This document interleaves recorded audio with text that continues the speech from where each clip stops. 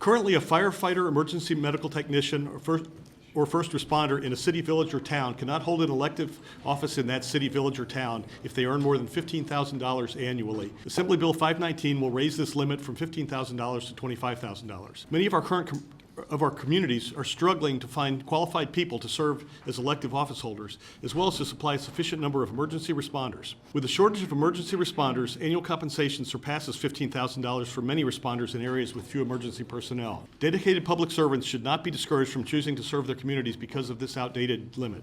Recruiting and retaining volunteers are two of the toughest challenges facing our city government. Nearly 70% of EMS responders in the United States are volunteers. Nationally, these volunteers save communities over $1 billion a year.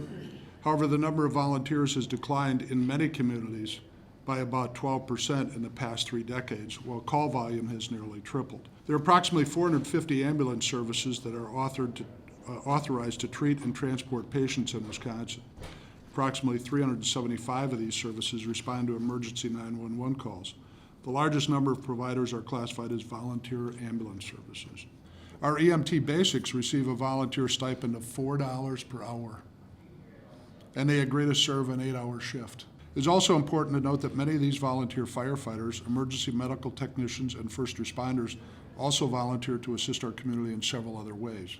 By October of this year, one of these alders, because of the extreme shortage of EMTs, has served continuously and already reached the maximum amount of compensation that he can under the state law.